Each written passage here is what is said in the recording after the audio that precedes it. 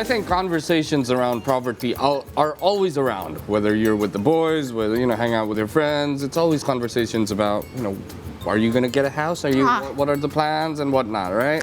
And investing in property amid the pandemic can be interesting because since developers are competing to offer their best prices, it is also beneficial for us since the property we bought can become our future residence. Yes. We can also sell them for higher prices in the future.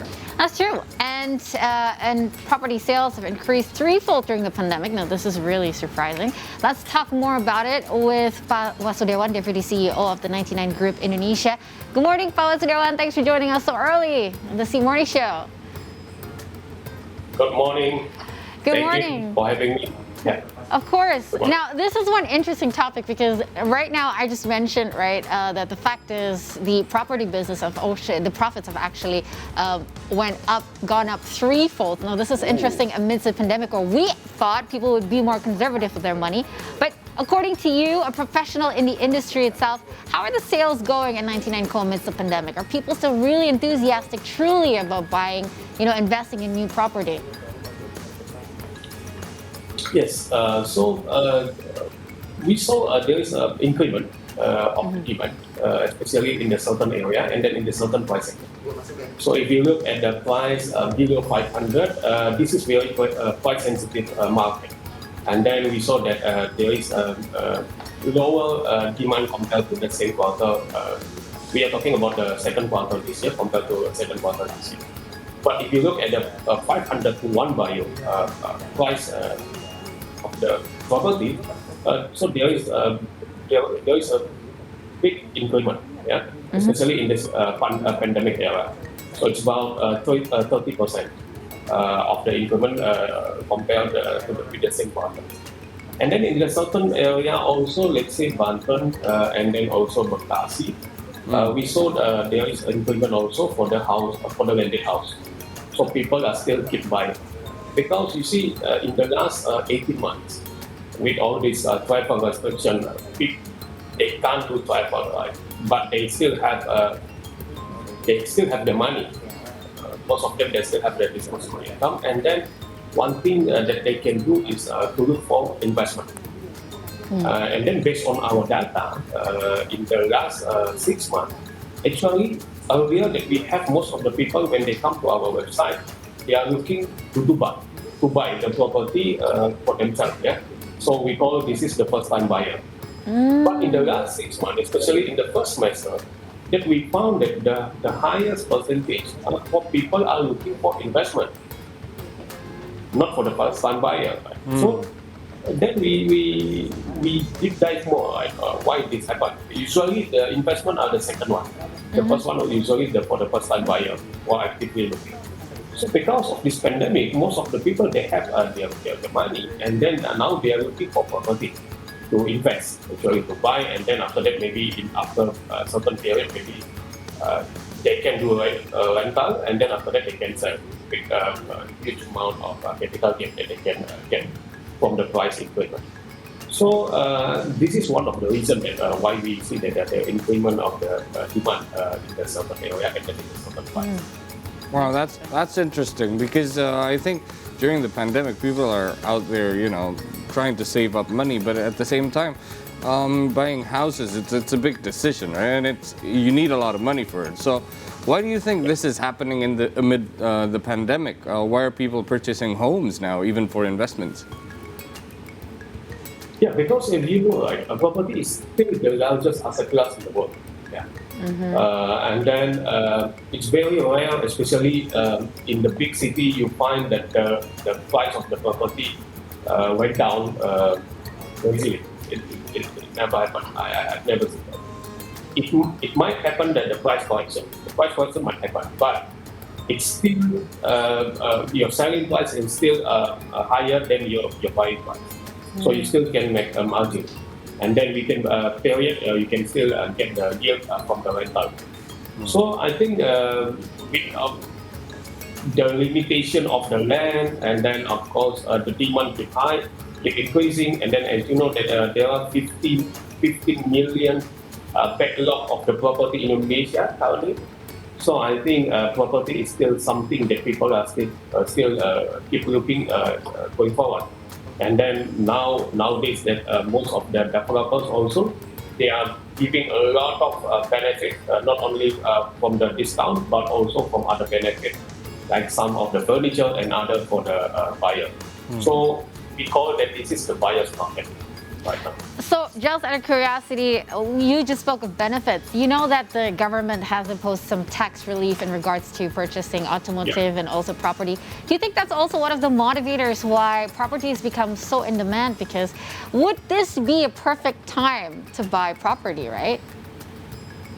So there are a few initiatives coming from the government. The first one is the VAT rebate. So below the property price below to buyer, then it's 100% rebate. Then 10% VAT will be fully rebate. And then the price between 2 to 5 buyer, this is half of the VAT rebate. And then this is only implemented for the property which are the unit ready unit. And then we saw from, let's say, from the big developers who are can build and then have the unit ready. It's some of the developers, the number of the sales are jumped quite high, yeah, especially in the first semester. And then now the government also continue this regulation, this initiative until end of this year. So we will see another spike in from the sales of the developers. And that's the first one. The second one is the LTV. Yeah, LTV. Now, for certain type of the property, you can buy the property and then get the loan from the bank 100%. So you don't need to pay the DP. So DP 0%. So this is also helping to stimulate the property sector. And then there are some others initiatives coming from the developers. So if they're coming from the government, there are some other initiatives coming from the developers. And then infrastructure. Infrastructure development also play an important role for people to buy a property. Because in certain areas, especially in the east part of the east corridor of Jakarta, there are huge infrastructure development happen.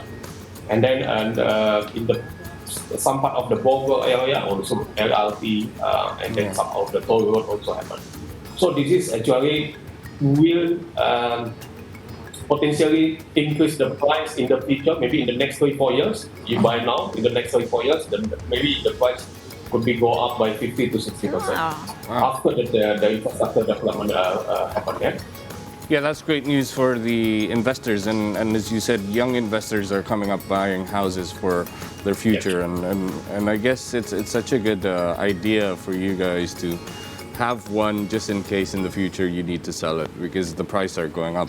But I do realize you have information around Southeast Asia about property as well.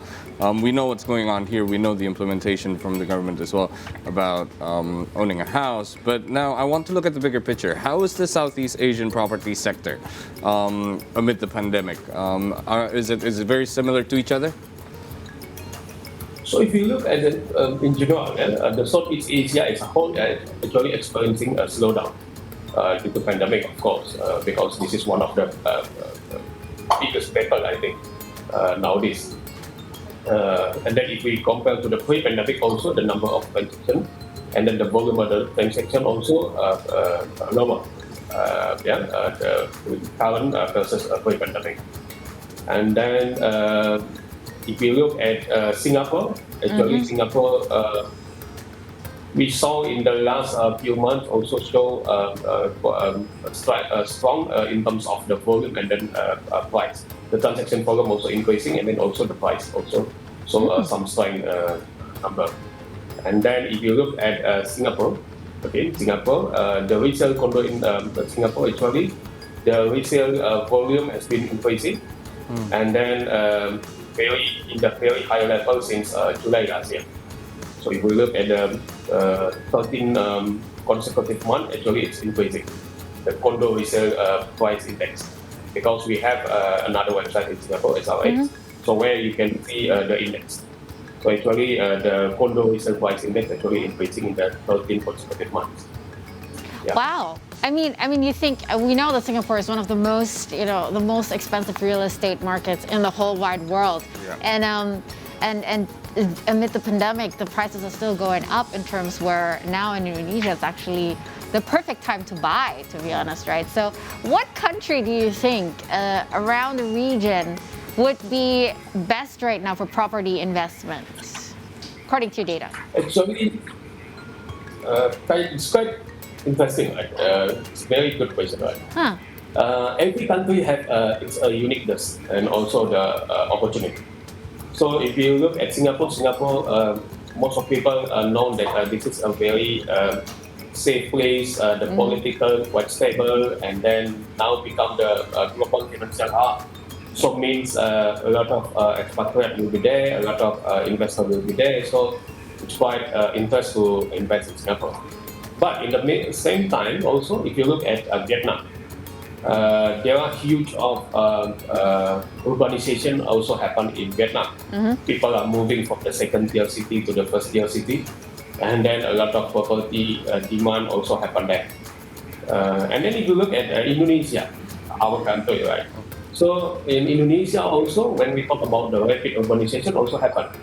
So every year in Indonesia, we look that people are moving from the third tier city, let's say from Bandung to the bigger city, also from the second tier city to the first tier city, because they want to have a better job or want to do business.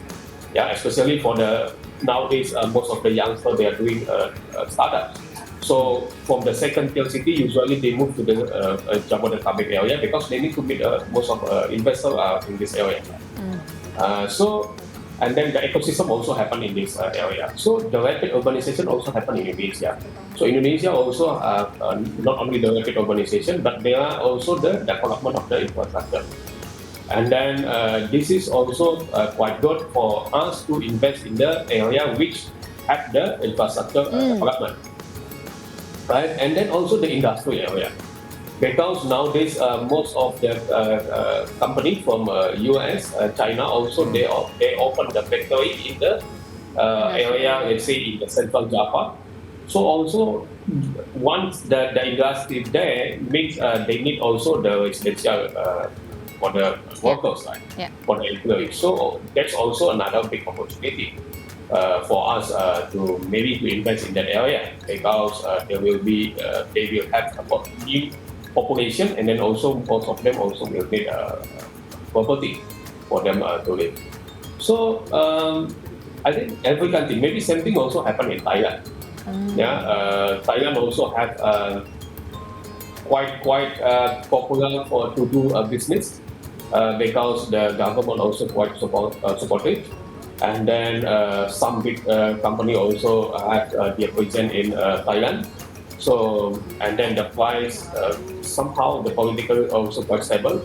And then, again, that's a good situation for us to do investment. Right? So I think every country has their uniqueness and then also the opportunity. So it depends on how we are looking for the long period, or you just want to have the short-term investment. Then you can deep dive on each country.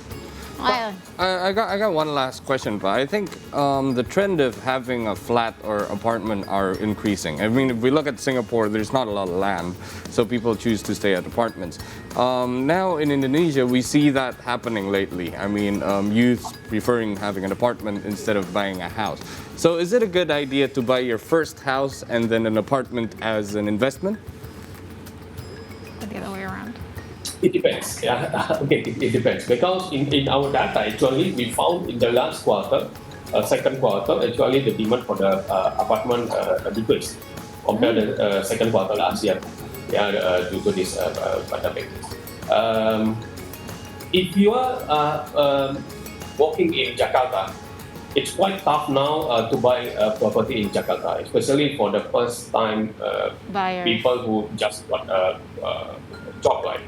The price in the rent price in Jakarta area is quite high, but you still you still have the affordability to buy an apartment in Jakarta area. So both apartment and Jakarta, both apartment and landed house also have what's it? Have each market. Yeah, they have their own market. So let's say if you go to the area around Jakarta, so there is a Depok, Bekasi, Bogor. Most of the people in this area, most of the buyers are buying the landed house in this area. But if you go to the Jakarta area, most of the people are buying for the apartment because maybe some of them they cannot afford to buy a house. You buy a house in Jakarta 200 square meter, let's say minimum 4 by 5 billion. And then with the same price, you can double the size in Bekasi or in Bogor. Yeah. So yeah, that's how we see landed versus apartment. That's right. Yeah, you got to be smart at picking where you want to live, where you want to invest at the end of the day, right? And I mean, we see now that the train is building up to Bandung, so we got apartments up in Bekasi as well. But whilst we still have space and whilst we still have people building these houses, you might want one day to wake up and open up your door and see a garden, right? I think that's one of the things that's different now. The pandemic is, I think, teaching people to appreciate more space. That's right. But Pak Wasudewan, thank you so much for your time talking with us. It certainly is a very dynamic market to invest in always, and it's good to know that amidst the pandemic, the diversity and dynamic hasn't changed at all. Like perhaps one angle is slightly slower, but then there's another trend that's booming, and it's so good to talk about property and catch up. Thank you so much. Stay healthy and have a great morning, Pak Wasudewan. Thank you, Pak Sudewan.